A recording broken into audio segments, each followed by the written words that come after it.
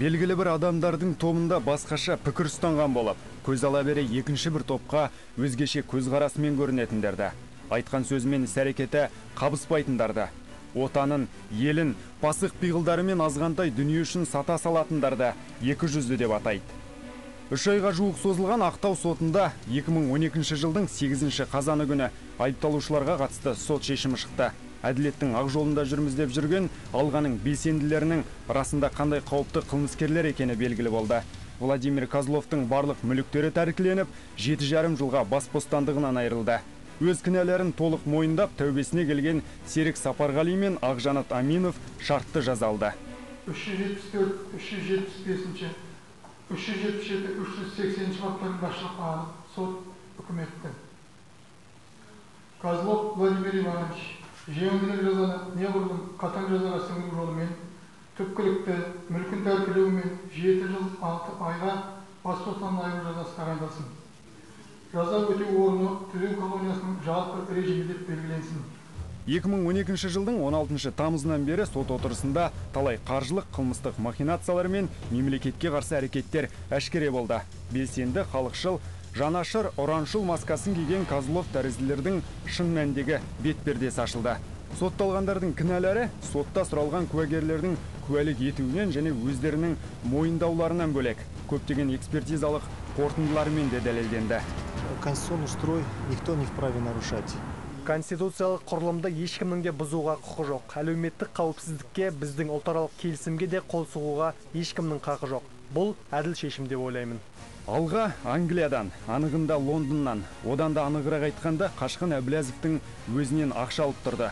Козлов осы ақша үшін 90 жылдардың басындағы бұқаралық ақпарат құралдарындағы еңбек жолымен 98 жылдан басталған Бұқарамен байланыс дейтін кәсібінде жиған терген тәжірибесін теріс мақсатта пайдаланды.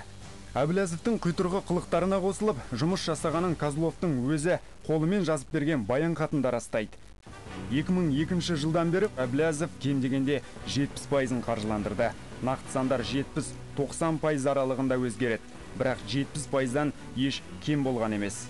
Келесі деректерге көз салыңыз. Алаяқ Әбіләзов саяси істермен енді айналыспаймын деп берген уәдесімен сұраған сауғасын ысырып қойып, 2002 жылдан бері тұрақты түрде мемлекеттің құрылымына қарсы әрекеттерге ақша құйып отырған.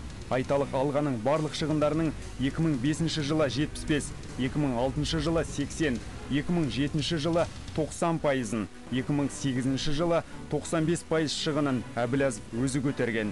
2009 жылы бұл көрсеткіш 97%-ға өскен. Осы өсімнің өзі сатқындық пен 200-ліктің төркіні қайда жатқандығын көрсетіп берсе керек.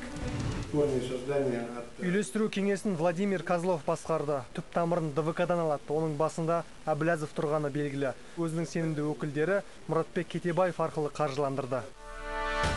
Соңғы 4 жылда бір алға үшін Әбіләзов $10 миллион қаржы бөлген. Бұл ақша алғаның өңірлерде филиалдарын ашу мен адамдарды тартуға бағытталған.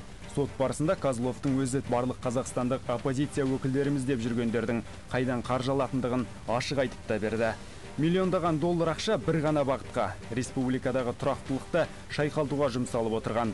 Ұйымдастырған акциялар Әбіләзовке қарайтын ақпарат құралдарында оларға ыңғайлы бағытта беріліп отырған. Бүлік жасау тамаша табыста келгенге ұқсайды. Себебі әрбір мемлекетке қарсы өткізілген акция Әбіләзовтың тарапынан қаржылай қолдауға ие болып отырған. Олардың сөзіне сенген адамдардың тағдыры алғалықтар үшін ешқандай мәнге ие емес еді. Өйткені халықтың қамын ойлағандай болып жүргендердің өздерінің жағдайы көп нәрсені аңғартады. Шын жанашырлық танытса, Козлов Жаңаөзендегі мұнайшыларға өз иелігіндегі 16 пәтердің бірін, қымбат көліктері мен басқа да дүниесін сатып, көмек көрсетпеді ме? Өз мақсатына бейбіт жолмен емес, бейбіт адамдарды билікке қарсы көтерумен жетті. Ол адамдар деструктивті элементтердің қол шоқпары болып қалды. Өте өкінішті. Оларды құрғақ сөзбен сендірді, көтерді, қаржы құйды. Бұқараның алдына қызыл сөзбен шығып, жөнсіз атмосфера қалыптастыру үшін міндетті түрде қаржыландыру керек. Мен олардың шетелден қаржы алғандарына толығымен көз жеткіздім.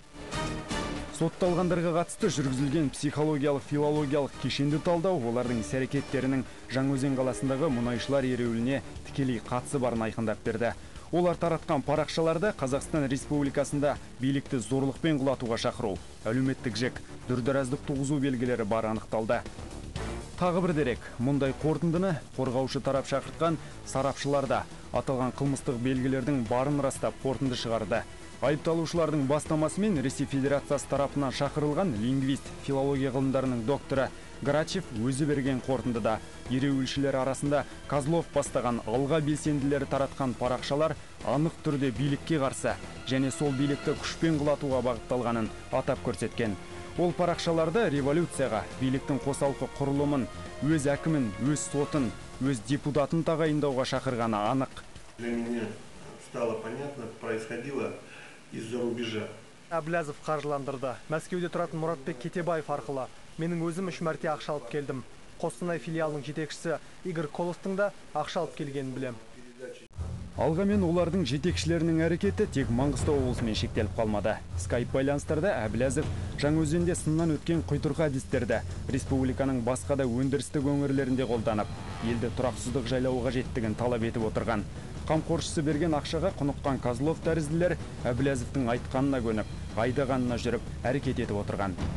Жаңаөзендегі әлеуметтік кикілжіңге байланысты ұйымдастырылған қылмыстық топ өкілдерін ұстап, оларды 7 жылға жазалапты деп, жалпы менің ойымша біздің тәуелсіздігіміздің торқалы тойын бұзып, мемлекетіміздің тыныштығын бұзған үшін ондай адамдарға, қылмыскерлерге жалпы 7 жыл бас бостандығын айыру менің ойымша аз. Халық енді жиналған халық ол жерге жаңағы ол мәселені көтерейін деп келген жоқ менің ойымша. Олар енді халықтың жаңағы еліміздің 20 жылдық мерекесін тойлаймын деп келген, ол оппозиция соны пайдаланып, халықтың көп жиналған жерін пайдаланып, соны көтерді.